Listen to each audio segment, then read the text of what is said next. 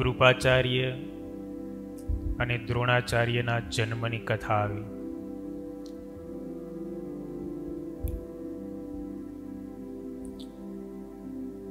દ્રોણાચાર્ય એ ભરદ્વાજના પુત્ર હતા અને કૃપાચાર્યનો જન્મ શરદ્વાન થકી થયો હતો. આ કૃપાચાર્ય અને દ્રોણાચાર્ય એવા છે કે જેના જન્મ માતાના ઉદર થકી નથી થયા. મહાભારત કાળની અંદર ઘણા બધા એવા છે. દ્રૌપદીનો ભાઈ દૃષ્ટદ્યુમ્ન, જેમની ઉત્પત્તિ અગ્નિના કુંડમાંથી થઈ હતી.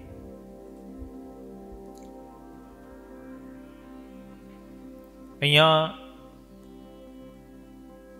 ભરદ્વાજના સંતાન એ દ્રોણાચાર્ય બાણની વિદ્યાની અંદર ખૂબ જ પારંગત થયા. અસ્ત્ર શસ્ત્રનું સંપૂર્ણ જ્ઞાન પ્રાપ્ત કર્યા પછી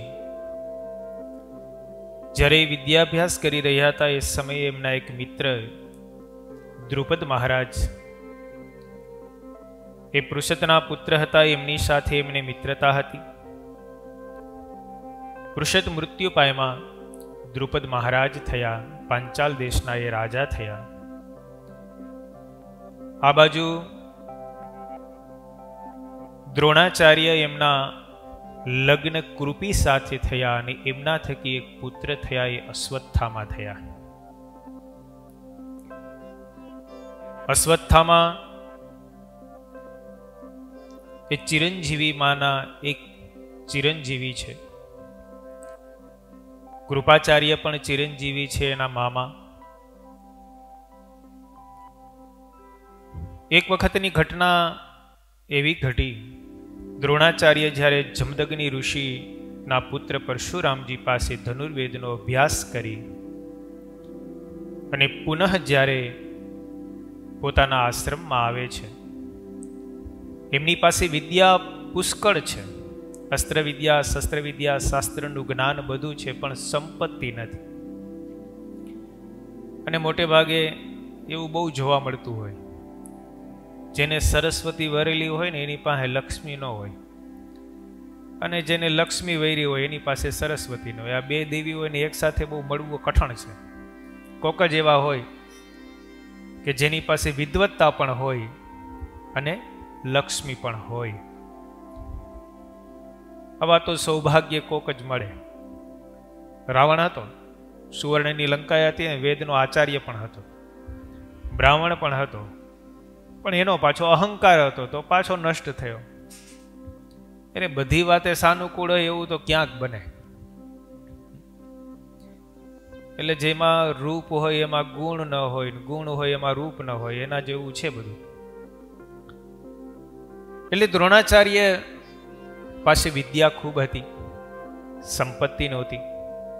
મનમાં વિચાર થયો, પાંચાલ દેશનો રાજા દ્રુપદ મારો મિત્ર હતો, હું એમની પાસે જાઉં. એ જ્યારે મારી સાથે ભણતો હતો, વિદ્યાભ્યાસ કરતો હતો, એ સમયે એમણે મને વચન આપેલું કે મારી પાસે જે પણ કાંઈ રાજ્ય છે, મને જે પણ કાંઈ પ્રાપ્ત થશે એમાંથી હું તને અડધો ભાગ આપીશ.